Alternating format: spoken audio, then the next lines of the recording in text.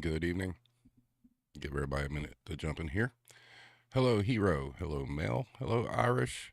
Hello, Hybrid. What's up, Philly? Are you broadcasting live at work or are you actually off? Good evening, Blank.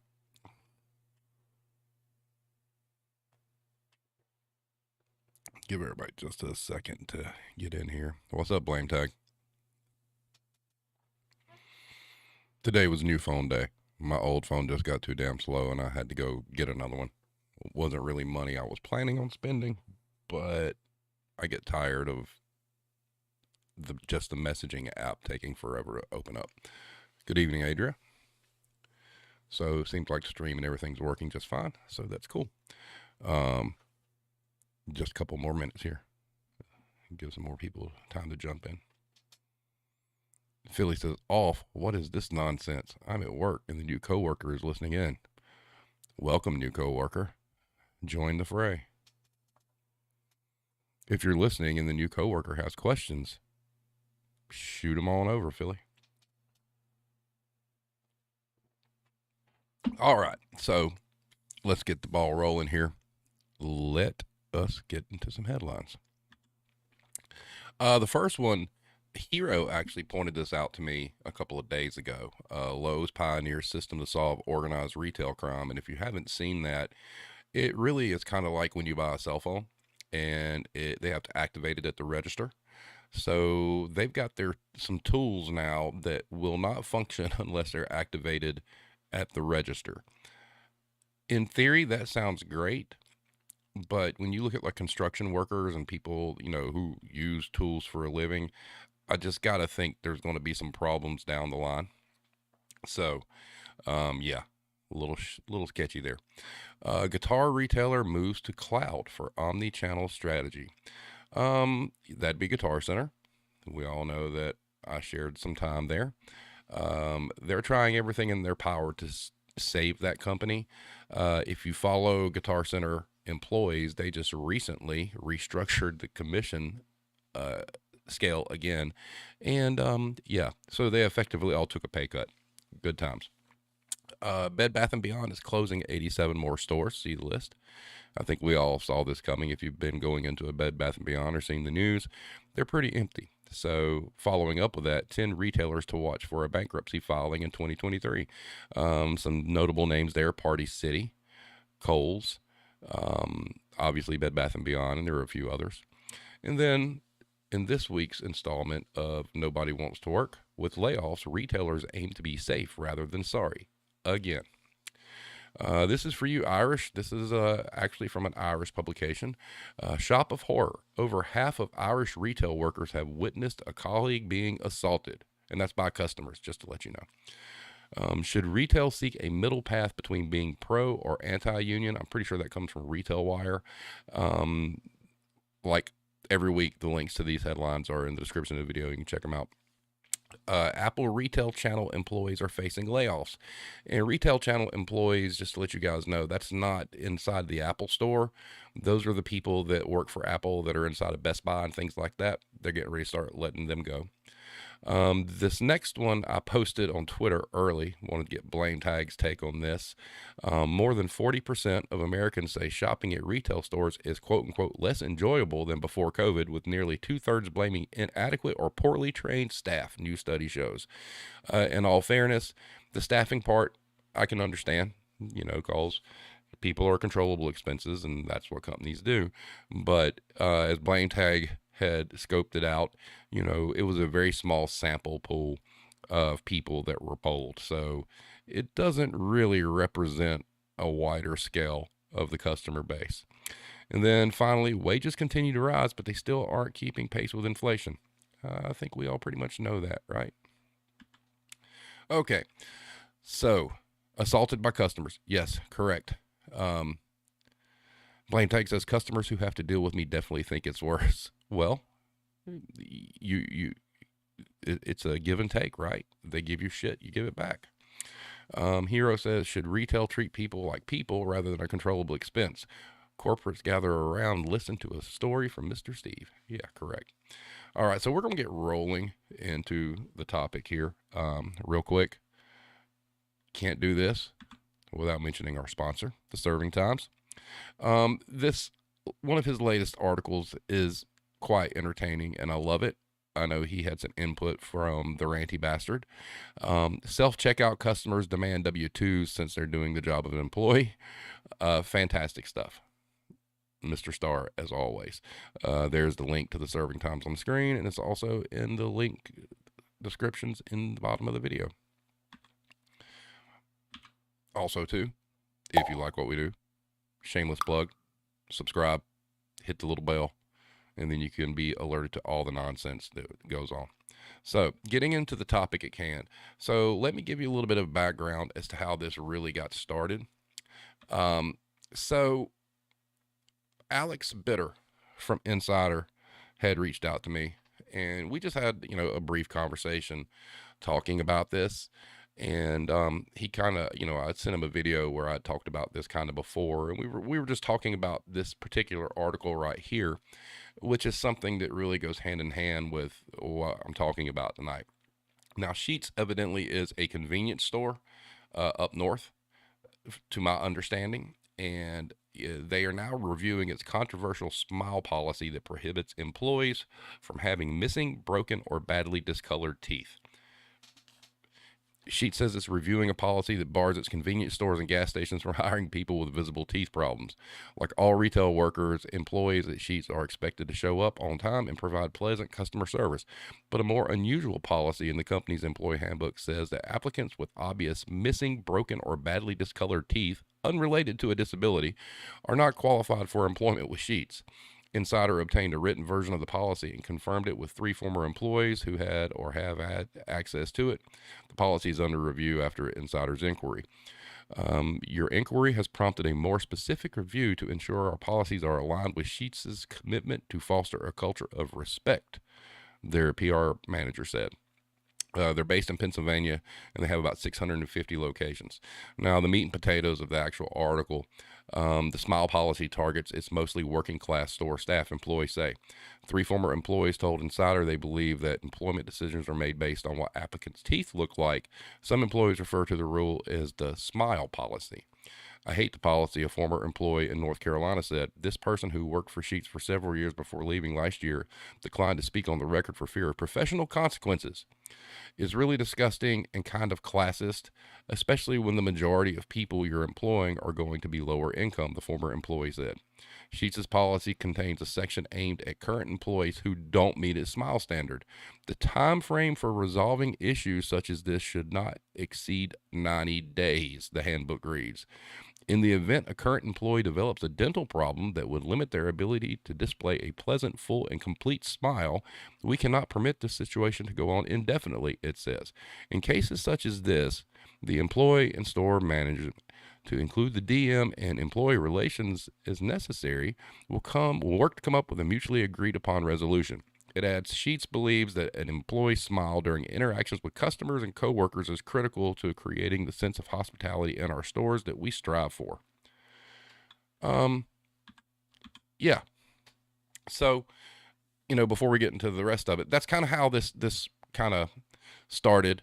And, I had posted this huge long thread on Twitter, talking about things like this. So, Hero says, so they have great dental insurance program, right? Mm-hmm. And Blank Stare says, well, I don't have a reason to smile in retail anyways. Hey, that's a valid point. So, there's some stuff that goes along with this that we're going to get into. They like to name these things and give them nice little titles. So I'm going to go back into the slides. I've got to skip through the one we just did, and then we will continue. So after that, obviously, I went to go do some research. And here we have hiring bias, 13 unfair prejudices and how to avoid them. Hiring bias is a prejudice in favor of or against one thing, person, or group compared with another, usually in a way considered to be unfair. Whether conscious or unconscious, these biases can seep into your hiring process. Real quick, this comes from a site called Fit Small Business. So you have conscious bias or explicit bias is a bias that people are cognitively aware of. For example, if you knowingly prefer to work with men over women and you hire men disproportionately to women, then your conscious bias is factoring into your hiring decisions. Then there's unconscious bias or implicit bias is unknowingly stereotyping people or groups without being aware of it. For example, a hiring manager uses their quote unquote gut feeling to make the hiring decision. Chances are there are unfair biases at play that lead the manager to prefer one candidate over another. So there's 13, and I'm going to try to go through these as fast as possible, and there's a reason why I want to get through them quick when we get done. Number one is similarity attraction, parentheses, affinity bias. It is perfectly normal to want to be with others who you like and feel you have a rapport with. While at the workplace, this desire does not deactivate on its own. Recruitment and hiring decisions are impacted when the hiring manager only chooses candidates with the predominant characteristics or behaviors they possess or personally deem superior. Note that similarity attraction, affinity bias, tends to lend itself to several classes within the workplace, including gender, generation, or age, and skin color. This is one of the most dangerous biases in the workplace today and a heavy focus of bias prevention training. Then you have social comparison bias. In some organizations, team members with high status in the workplace may desire to protect their positions by making recommendations that prevent other high performers from being hired. This can be done in a variety of ways, such as excluding qualified candidates during the interview process or suggesting someone else for the job, even if they're not the most qualified. This can also occur with team members that don't have direct hiring responsibility and is likely to occur between men and women. For example, John does not want Beth to join the large customer accounts team due to Beth's reputation for expertise and creative thinking. John may go out of his way to discourage department managers from bringing Beth on since he's currently the top performer on the team. Then you have intuition bias. Intuition hiring bias is the tendency for managers to make hiring decisions based on their gut feeling rather than evidence or rational thinking. This bias can lead to managers overlooking qualified candidates in favor of less qualified ones or basing decisions on irrelevant factors. While intuition can sometimes be a valuable tool in decision making, it's important to be aware of the potential for bias so that hiring decisions can be made based on logic and evidence. Then you have contrast effect, otherwise known as judgment bias. The process of hiring new employees is often thought to be an objective one where the best candidate is chosen based on their qualifications and experience. However, hiring managers may be unconsciously comparing the last resume reviewed to the one currently being reviewed, which can lead to bias in the selection process. This type of comparison results in targets that are never consistent. It could cause qualified resumes that should make it to be a maybe or a yes pile to be discarded due to the elevated skills and experience found in the previous resume. Then you have conformity bias. This is a very common bias that is heavily influenced by group or team peer pressure. Managers are concerned about what others think of their decision and or the reasons supporting the decision. Instead of risking team discontent, one conforms to what everyone else wants. Then you have beauty bias. Beauty bias is a term used to describe the phenomenon where people tend to unconsciously believe that the most attractive candidate will be the most successful one.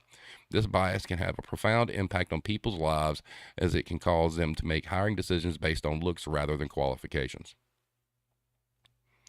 Then, illusory correlation bias. It occurs when people believe a relationship exists between two common subjects when in fact no relationship exists. This bias can often lead to inaccurate judgments and decisions when hiring top candidates. Then there's confirmation bias. Since everyone makes biased judgments, you have to be careful to not ask questions or frame questions in ways that solicit responses that support initial judgments or biases of candidates. This can easily take place within the interview process. Without even realizing it, you may ask questions that are not particularly essential or illuminating and only serve to enhance or reduce the value of the candidate. For example, asking how a candidate's childhood shaped their career or what former coworkers would say about the candidate. And then you have affect heuristic bias. According to Psychology Today, heuristics are mental shortcuts that allow people to make decisions, pass judgments, or solve problems with little to no effort. This bias represents a reliance on good or bad feelings relating to a stimulus of some sort. Examples of this include if an interviewer sees a tattoo that they don't like, if a candidate is not an ideal weight in the interviewer's mind, if a female candidate has a shaved head, and so on. Then there's expectation anchor bias. Expectation anchor bias is cognitive bias that comes into play when the resume reviewer, interviewer, or decision maker permits themselves to believe that a single trait or skill set is all that matters, and the decision maker anchors to that single attribute. This commonly occurs when a terrific employee just vacated a position and the interviewer looks for a carbon copy of that employee to fill it. Then there's halo effect bias. The halo effect is a cognitive bias that occurs when the hiring manager makes judgments about others based on a single favorable attribute and chooses to focus too heavily on that one positive aspect of a candidate. For example, if a hiring manager only sees the fact that a candidate has a college degree, they may be more likely to hire them without looking at any other qualifications.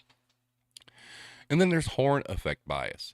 The horn effect bias is the tendency to focus on a single bad behavior or recent poor performance. It is the opposite of the halo effect bias, which is the tendency to focus on a person's good qualities. The horn effect bias can cause people to overestimate the negative consequences of a single mistake and underestimate a person's overall competence.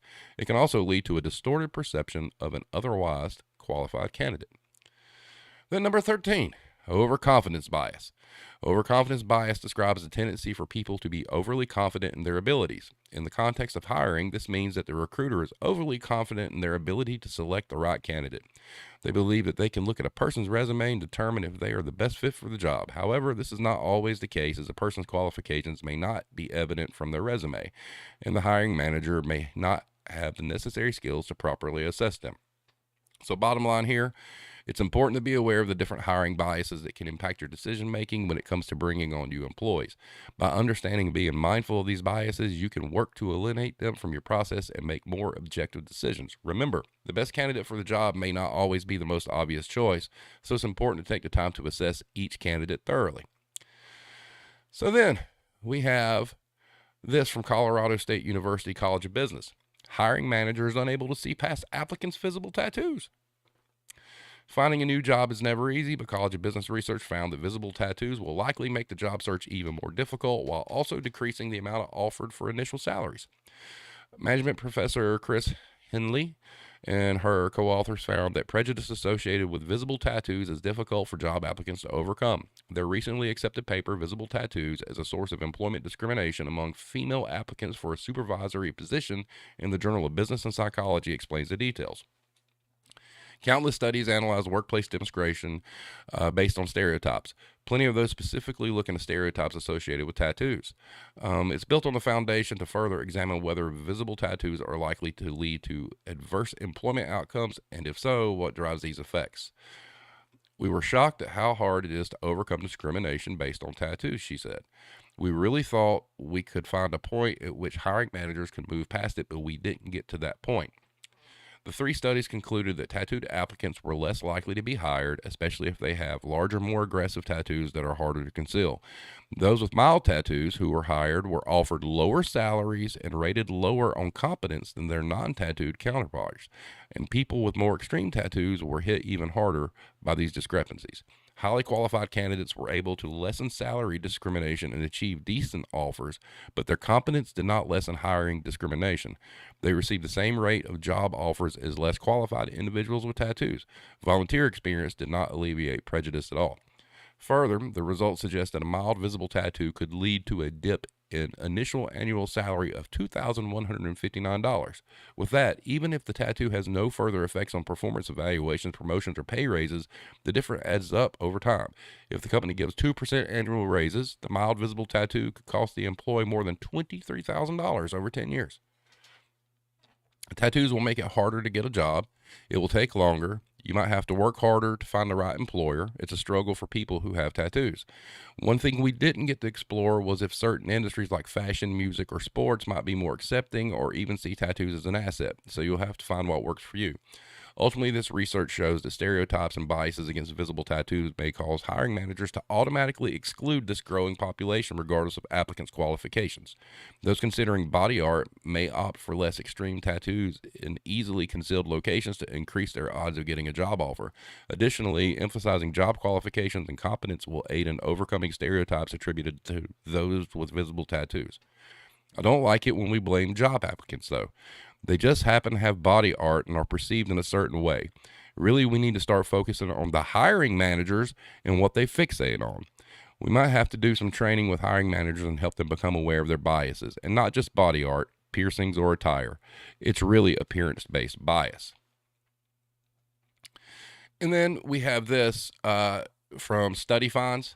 It's a survey. 51% of employers still judge job applicants based on appearance, and that was from February of 2020. Discrimination appears to be widespread when it comes to hiring. 2 in 5 managers admit to passing on a candidate who had a tattoo or unappealing clothing. Despite the fact that employment regulations state it is illegal to discriminate against a potential employee due to their sex, religion, or other personal characteristics, a surprising new survey finds more than half of employers admit to still judging job applicants on their appearance. The research commissioned by Green King surveyed 1,000 hiring managers and bosses in the UK. Overall, 51% said they have knowingly discriminated against a potential employee because of the way they looked. Of those, 43% said they didn't hire the candidate because of their visible tattoos. Another 40% didn't hire candidates based on their clothes, while hair color put off 30% of employers. Similarly, about half of the respondents said they can't look beyond an interviewee's physical appearance, even if they appear to be more than capable of excelling in the job they are applying for. To that effect, 21% said they didn't hire a candidate because they had a disability. Wow. Still, just under a third of hiring managers also find it difficult to ignore visible tattoos when considering an applicant for the job. Visible piercings were a distraction for 28% of employers in a survey, and 25% said they can't overlook how potential employees dress for an interview. Overall, 90% of employers said having a professional appearance is an important aspect of successfully navigating the hiring process at their company. For what it's worth, 57% of employers said they are more lenient about appearances if an applicant is younger than 24. Okay, so it's age discrimination too. Nice. And then, just for some common knowledge, this is from the EEOC, from the United States, application and hiring. It is illegal for an employer to discriminate against a job applicant because of his or her race, color, religion, sex, including gender identity and sexual orientation and pregnancy, national origin, age, 40 or older, disability, or genetic information. For example, an employer may not refuse to give employment applications to people of a certain race. An employer may not base hiring decisions on stereotypes and assumptions about a person's race, color, religion, sex, gender identity, sexual orientation, and pregnancy, national origin, age, disability, or genetic information. If an employer requires job applicants to take a test, the test must be necessary and related to the job, and the employer may not exclude people of a particular race, color, religion, sex, gender identity, orientation, and pregnancy, national origin, or individuals with disabilities. In addition, the employer may not use a test that excludes applicants age 40 or older if the test is not based on a reasonable factor other than age. If a job applicant with a disability needs an accommodation, such as sign language interpreter, to apply for a job, the employer is required to provide the accommodation, so long as the accommodation does not cause the employer significant difficulty or expense. So, let me go through the chat here.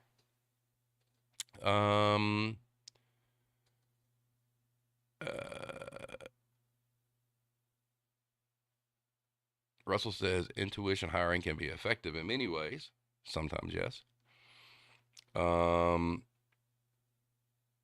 Yeah. So, what we got? Any questions, real quick?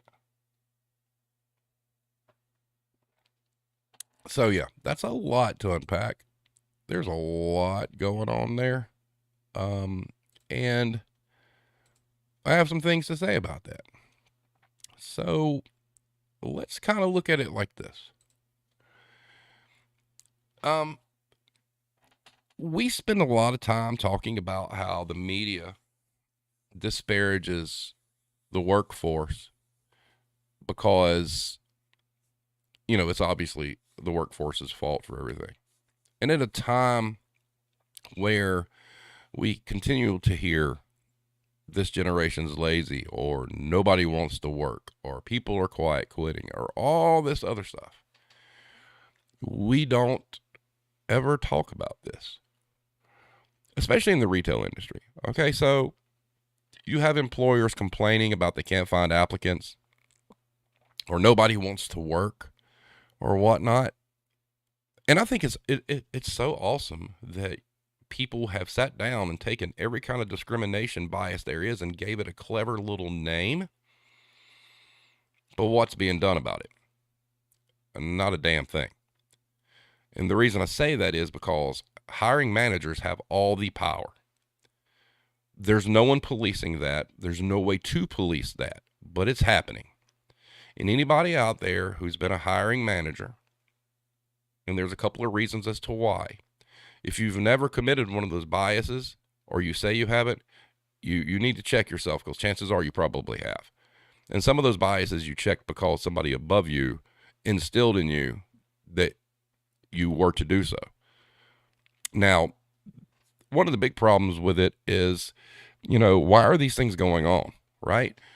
Well, all these biases are somebody taking control and trying to please not the workforce, but the customer base. I stand by what I said about, people with like facial tattoos and things like that. They may look intimidating, but they may be great people and great employees, but they don't get a fair shake because the companies don't want to put them on the front lines and shake up the customers. I mean, can we for once get past, the customer shit? Can we for once really start focusing on, the employees in the building? Because maybe if we did that and we kept, we quit giving carte blanche, to the customer base to pick and choose what they want to complain about, I think we might find that some of the labor issues will kind of resolve themselves. But we're not going to do that. Now, here's the thing. In my experience, I've done this. Okay, I've done it. I have no shame in saying that. I was trained in such a way that, as a hiring manager, it was your job to protect the image of the company, and they kind of told you what they wanted that image to be. And when I was speaking to Alex from Insider, it's almost like an unwritten rule, because you can't put it in writing, right? You'll find no company handbook that has that. The furthest a company handbook will go, other than sheets and their teeth thing, is the fact that, you may see references to facial piercings, and you may see references to unnatural hair color, and in some, you may see offensive tattoos. But there's an unwritten law out there in retail where tattoos are frowned upon, different colored hair is frowned upon, piercings of any type are frowned upon. And you've got people training you and breathing down your neck saying you can't hire these people because we have an image to uphold. Now, there was a time in my past where somebody had asked for an application, and my DM happened to be there, and they fell into one of these categories, and gave them an application, went through the spiel, walked off with the DM, and the DM looked at me and said, "You better not hire them." So there. I mean, it's such a horrible, horrible thing. And when you get into lower volume businesses, when you get into like the Dollar Trees, the Dollar Generals, the Family Dollars, the Party Cities, even the Hobby Lobbies, buildings that don't have an actual HR person in the building, that bias is there, and it's always going to be. Corporations may not know, right? You don't really know what kind of manager you have as a hiring manager. You get an application, you see a name, and immediately you're like, oh, they're out. Haven't even talked to the person, right? Or like something Blame Tag had talked about, a manager saying anybody that applied from a certain school, you toss them out because of a reputation and a stereotype. So if we're going to have this conversation about nobody wants to work in retail, especially, we need to start having a conversation about the hiring managers and what kind of bullshit they're pulling. Now, I put a plea out on Twitter, for some journalist somewhere to dig into this.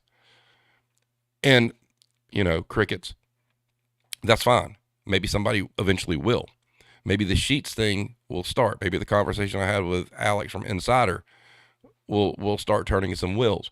But there's a bigger problem here in the retail industry about the labor issue than nobody wants to work, because you got managers out there playing God And yes, they will discriminate due to race. Yes, they'll discriminate to sexual, all the protected classes. These managers will fully discriminate against because that no one can prove otherwise. No one's policing it at all. So it's cute that we have clever little names for all these biases. That's great. Somebody put some funding into that research. But in practicality, there's no application of that because no one's watching the watchers, so to speak. You give a set of keys to somebody, you entrust them to staff a building. How many people at a Dollar Tree or wherever, you've got somebody who's going to be a Class A employee that you may not know about. They've got a tattoo, they've got a sleeve, on their arm. And you don't even bat an eye. You don't even give them a chance. But you want to complain that nobody wants to fucking work. It doesn't work that way. And at a time that we're talking about the entire labor force is the problem, we need to dig our heels in to this bullshit and figure out what's going on. Because it's a two-way street. So, Mrs. Blame Tag, welcome. My company has a rule that tattoos must be covered and clothing hairstyles must not be extreme, but fortunately HR has backed off on enforcement over the past 5 years, but the rule is still there. People used to have to wear huge bandages over their neck, hand, and ankle tattoos. And fine. But do those tattoos keep them from doing the job? When labor is at a premium right now and you can't get good help, you need to look past this mess. Ira says, it's ridiculous in this day and age that things like hair color or piercings are even a factor in hiring. Some biases are unconscious, but those unwritten ones are a mixture of stupid and dangerous. Very. Let's see. I missed something here. Blank Stare says when she worked in a nursing home, they made us cover tattoos with bandages. It looked gross. Yeah. I mean, think about it. If you got like sleeves on, you got to wear bandages. You're going to look worse with bandages, like a burn victim, More of a personal bias than an actual reputation.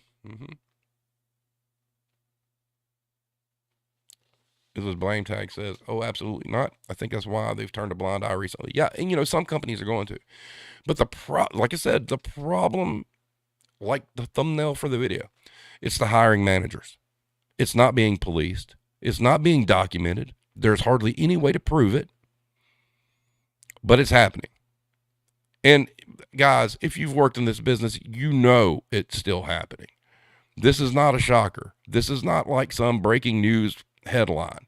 It's something that's just not talked about, and I mean, like I said, I've done it. I was telling Alex for Insider, I was trained at a very early part of my career that these were things you shied away from. It's an unwritten thing in the entire industry, period.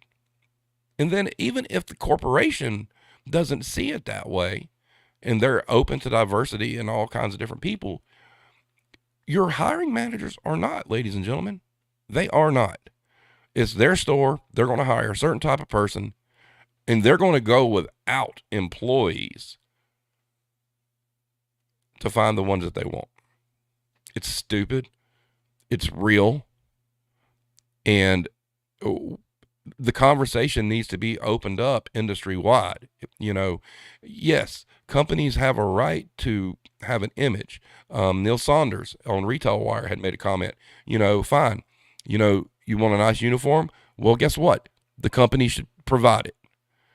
There are things that companies ask for that they're not paying for. You want these things? Provide it. Dollar Tree. They don't issue you shirts.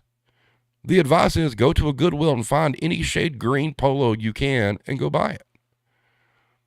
Because if you want one with a Dollar Tree logo, you got to pay for that shit. Nope. Russell says, if it's a reasonable tattoo, most people will ask you about it if they care to look at it all. Okay, reasonable tattoos. The only thing I will say that I would, at this point in my life, be opposed to is something racist, offensive, and vulgar. So having a tattoo on your face, like, say, Mike Tyson, that's not racist. It's not vulgar. It's not obscene. But people will call that unreasonable. But does it have any bearing on what they can do? No, not at all. It doesn't make them a good or a bad employee. Well, hell, if you don't even give them a chance because they got the tattoo, you would never know, right? So why are we going down this path where we talk about we can't get help, the labor market's this, we come up with a new cute catchphrase every week to bitch about the workforce, but we don't talk about this? Because at its core, it is discrimination against all the protected classes, and it's continuing silently without nobody really digging into it. Mr. Blame takes it. I was reading a book recently that touched on hiring bias against obese people, especially women. The bias goes beyond tattoos and piercings and personal style choices. Yeah.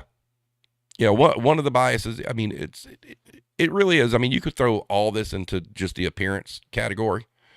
There was like a beauty bias where, people think that only the most beautiful people will be successful and whatnot. And that's a lie. I mean, sorry. But, so how do we fix it?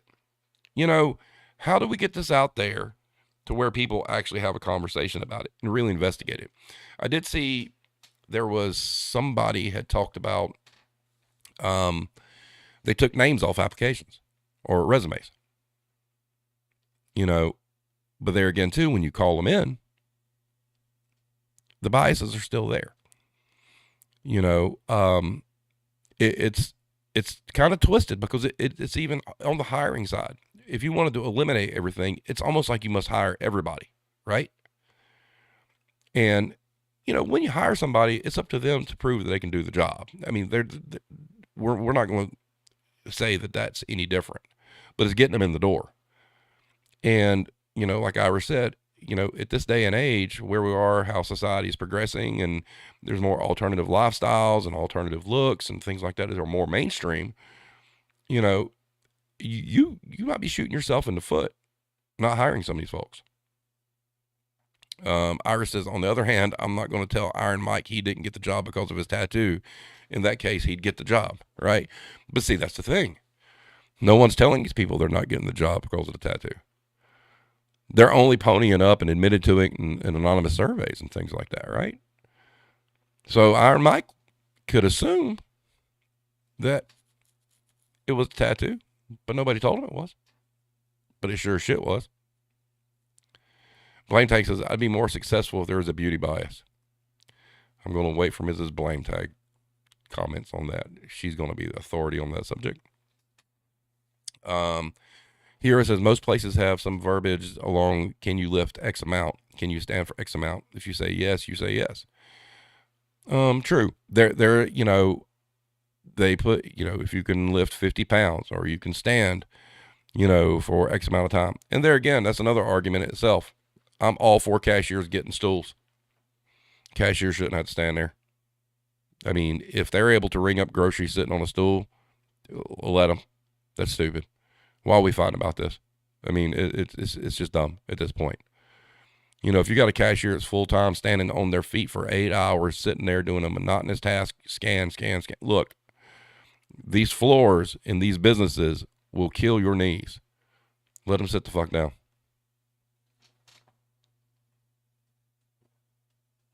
But yeah, so, at this point, but how do we fix it, right? What's it going to take? Oh, this is Blame Tag. That's perfect. I cannot testify against Blame Tag on a recorded podcast. I'm sorry, I didn't ask permission, so maybe we can do that off the record. Russell says, depending on, quote unquote, what retail, sometimes being more attractive is better for business in a lot of ways. And that is the bullshit right there. That's totally opposite of what we're talking about. A, beauty's in the eye of the beholder, right? B, if you're running a business based on physical appearance, I hope you flop. Now I get what you're saying, tanning salons, makeup, but that's still not right. It's not right.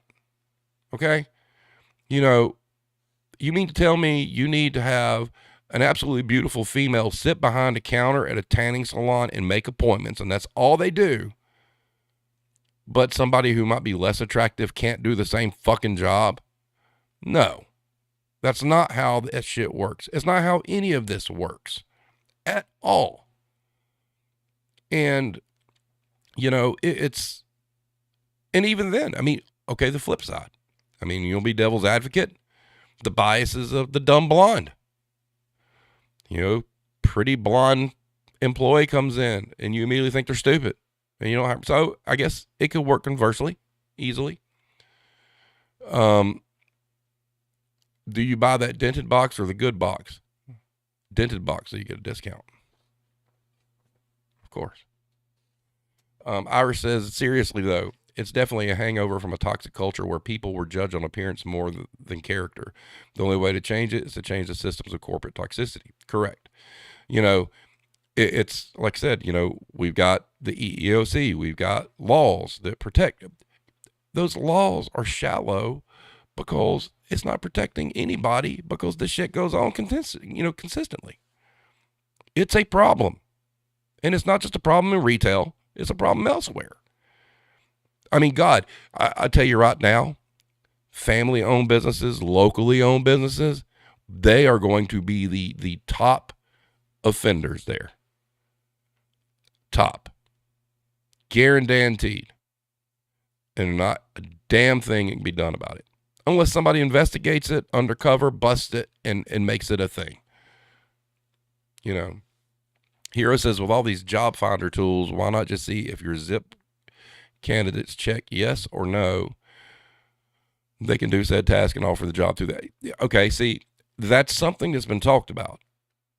But there again, no company's going to do that because they have those biases in place they don't want to admit to.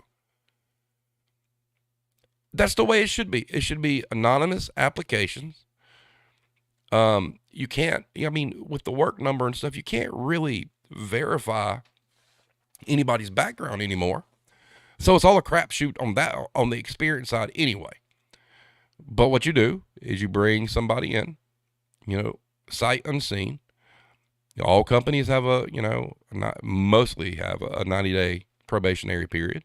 You lay out what they have to accomplish in those 90 days. And at the end, you reconvene and you say, hey, great job, or hey, you suck.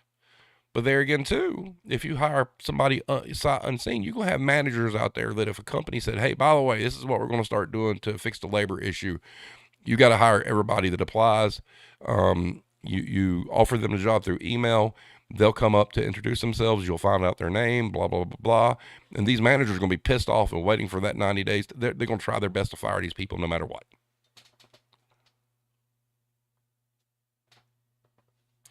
Russell, I know you're country boy. You like mom and pop. But mom and pop are going to be the most discriminatory fucking businesses out there. Period. Now, if it works for them and it's a family-owned business and their family works there, that's fine. But we're talking about the mom and pop businesses that are posting signs everywhere. Well, unfortunately, after serving community for X amount of years, nobody wants to work and we're going to have to shut down. Good. You deserve to. Period. I bet if you were able to get that stuff, like actual data, you would find out that they're the chief offenders. Absolutely. And, it's their business, sure. But there's this thing called laws, right? If you can't, and those same businesses, mom and pop stores, are the ones that they build their entire business model on paying somebody the absolute least they can. That's why they're not surviving anymore. That's why. That's why they're going the way of the dodo. Hero says, I won't go into any detail, but the stock guy or bag boy bias is BS if anyone is interested. Okay. Iris says, wait, I know a way you could test it. Apply for jobs using identical resumes, except one with a picture of someone with a facial tattoo and one without, then see what companies have the unwritten rules. Oh, I can tell you. See, it's too easy. It's too easy. They could do that, but they won't. See, Mr. Blame Tag. But see, they found heavy hiring bias. But where is it in the news cycle? We should have, fair and balanced reporting, so to speak. For every nobody wants to work headline, there should be such and such business has been found to discriminate against employees. Yep. Elizabeth Unlimited says, I work mostly back of house at my store. Did you already discuss age? I'm 26, but I look like a high schooler. Makeup isn't an option with the work environment. No, we'll get into the age too. The discrimination is there all the way across the board. Hiring managers will discriminate against younger folk, thinking they can't do the job that they need them to do because they have the younger generation doesn't want to work, right? And then you've got same businesses that won't hire, say, over 40 because they're past their shelf life. They've gotten smart to how the system works. They're not going to be dialed in. It's all there. It's all there for the taking. Every bit of it. It's great the EEOC has a policy, but if it's not getting followed, it's a worthless piece of paper, right? Russell says, let's face it. Us as people have things you look at, non-biased and biased. If you can't say that, don't say nothing. Example, customers, you can't do both. Hey, look, we have biases. We do.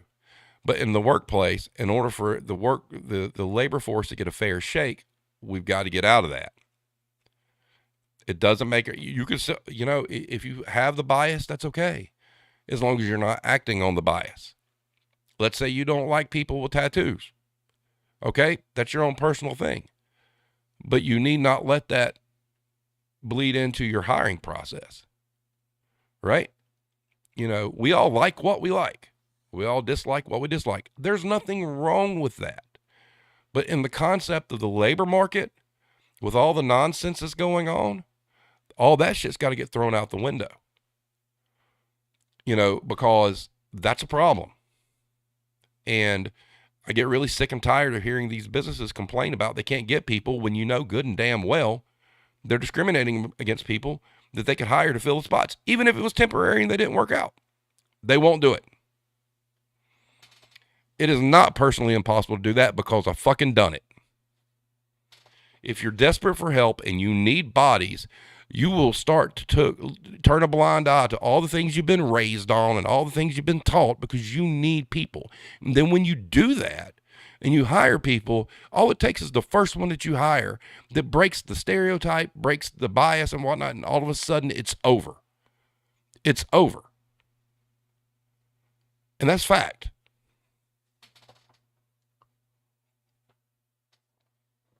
So yes, you're always going to like what you like and dislike what you dislike. Okay? That's going to happen. People can change and people can adapt. And for those of you out there who can't adapt or try to adapt, man, I feel sorry for y'all because y'all missing out on a lot of good people and a lot of good times. Mr. Blame takes us, it's not impossible to hire people based on their qualifications and experience and set aside nonsense. Exactly. It's not. And if you're doing the right thing for and we're not going to talk about the corporation. If you're doing the right thing for your business, the one that you're running, that little box out of hundreds of thousands across the country, if you're doing what's best for your location, then to Mrs. Blaine Tyke's point, that's what you should be doing. But I know plenty of people that are still managers right now that are doing that. Question is, are they going to change? Are they going to spend all their time bitching about they don't have any help? Choice is theirs, But the problem is, they're going to lie. They're not, when the DM comes in and says, how come, you've had 27 applicants and you've only hired 2? They're going to make up some cockamamie, I've been in the business forever. Their qualifications didn't fit, blah, blah, there's something went wrong with the interview. They're going to lie. and the cycle is going to repeat. And you know, everybody deserves a shot. Life's hard right now, guys. I mean, we were just joking Monday night about how much eggs are, right? With shit going down like it's going down, with inflation like it is, everybody's struggling, okay? Don't be the asshole that turns somebody away looking for a job just trying to fucking make it because of how they look or how old they are. You're an asshole if you do that. And you got no business having keys, and you got no business hiring a fucking soul. Get the fuck out. And a lot of those managers are probably older, and they do this shit, and they won't let it go because they know good and damn well they get out of the business, they ain't getting hired making what they're making anywhere fucking else because of exactly what they're doing.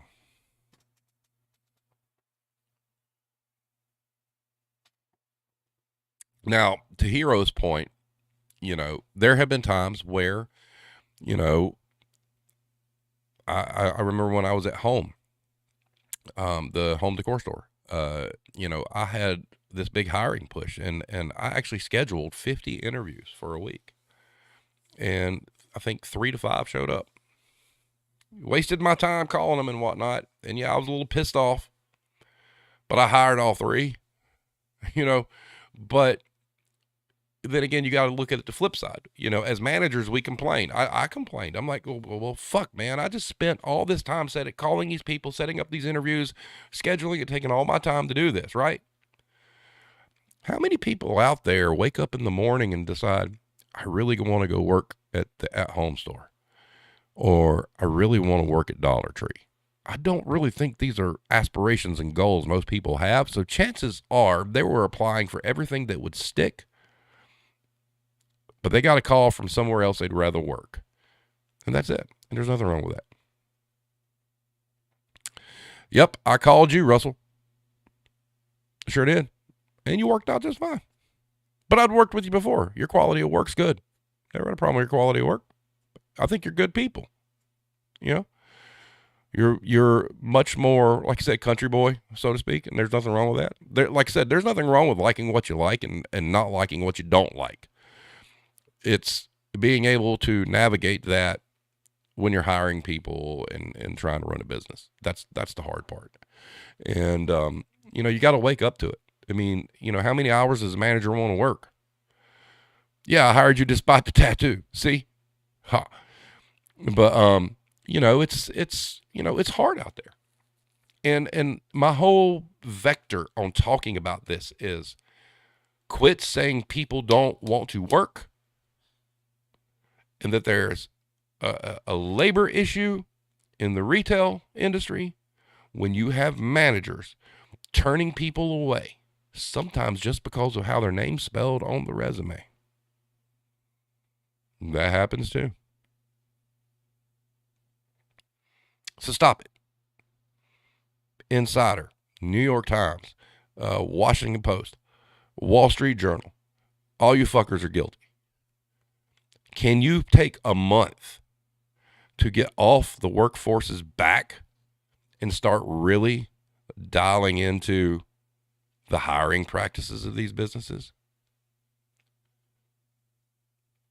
Something to think about. You won't, but the workforce ain't paying you to put these ads out either, or these articles.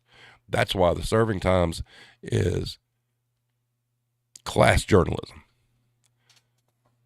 Free for everyone. All right. So having said that, we have a question of the week that was posted earlier. Okay. Kind of late, and I'm getting ready to pull it up live as well to see if it's changed. Okay.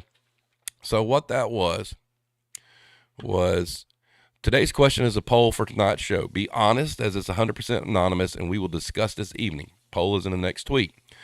And the poll was, as a hiring manager, did you ever decline an applicant based on their appearance, race, etc.? The third option is relevant as well.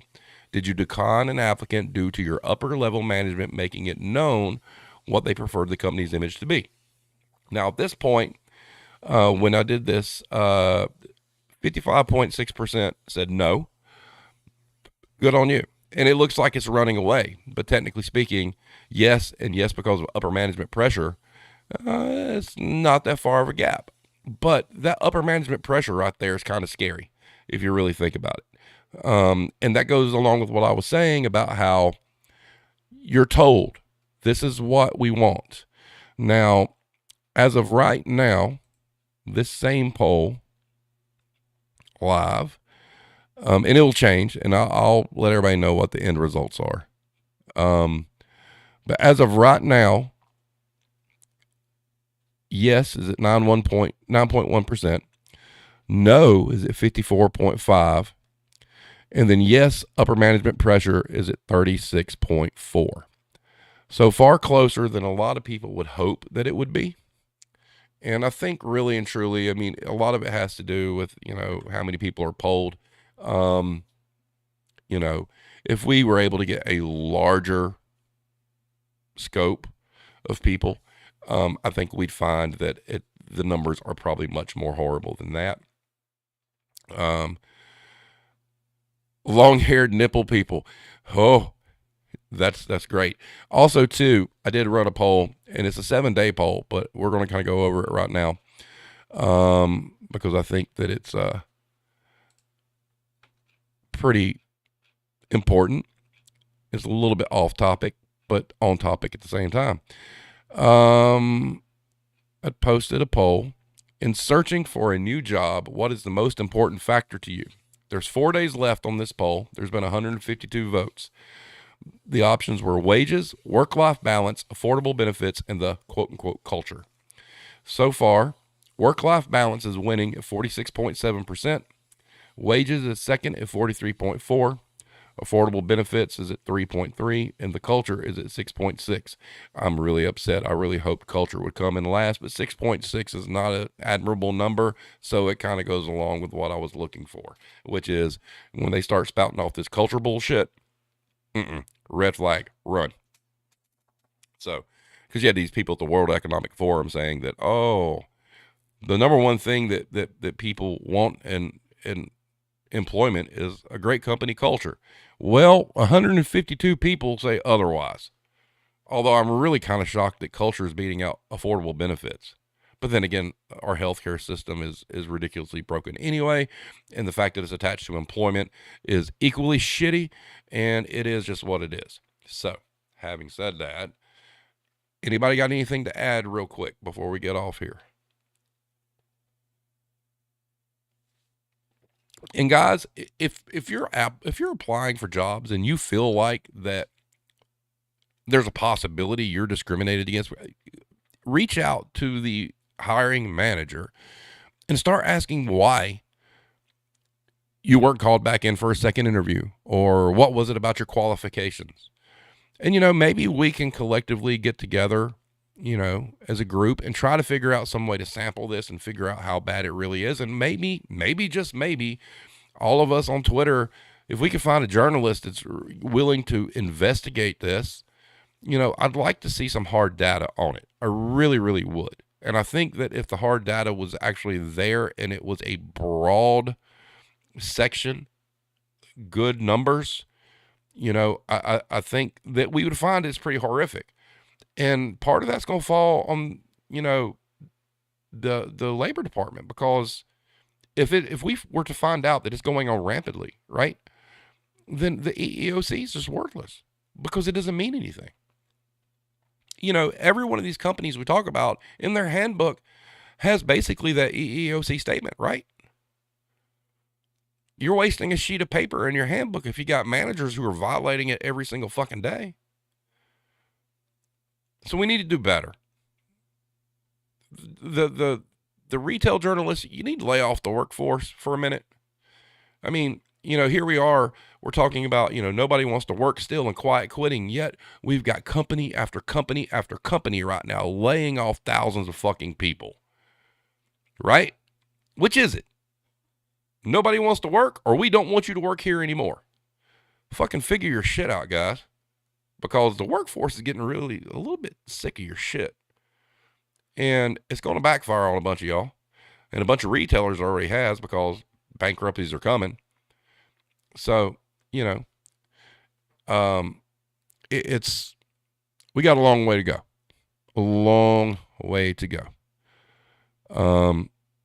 Blame Tyke says, I'm getting tired of having to take the business news media to task. I know, right? Can we just have one good reporter or journalist on our side? Just one. Neil Saunders, if you ever watch this, could you help us out? Alex, can you help us out? Can we start a conversation? You know, sure, it might not get to a lot of clicks, but hell, throw it over to the Anna Work sub and Reddit, and boom, you know, it's crazy like that. So, but yeah. Hero says, once you're an alphabet soup organization, you're useless. Really, feel free to prove me wrong. It's kind of hard to do that, to be honest with you. So, you know, you're right, as you normally are. So, everybody, have a great evening. Monday night, we'll have some more therapy. Bring your friends, anybody that wants to come along that hadn't been here before. Be a lot of fun. And then Wednesday, I'm not real sure what we're going to do. I'm sure I'll have some topic that's pissed me off between now and then that I'll go over. Real quick, Mrs. Blame Tag, I admit that I answered yes, referring to when I was new to management following company policy. I was a bit cold-hearted and frankly not as perfect as I am nowadays. Recognize mistakes. Move on. Correct, move on. Yes. You can't be all that bad because you put up with Blame Tag, so you probably deserve the same kind of medal that Hero deserves. And, you know, I'm sure he's about as difficult to deal with as I am. And God bless you, you know. But you do good. Keep him in line. Don't let him get too out of scope. Always got to have that good person, that good partner behind you to rein you in. So I need it. You know, I really do. So I'm sure he does too. Oh, he only knows perfection? Well, there you go. Hot damn. Good job. You taught him well. So, having said that, everybody, have a great evening. Stay safe till we see you next time. And do your due diligence. Do the best you can. Be the best version of you. And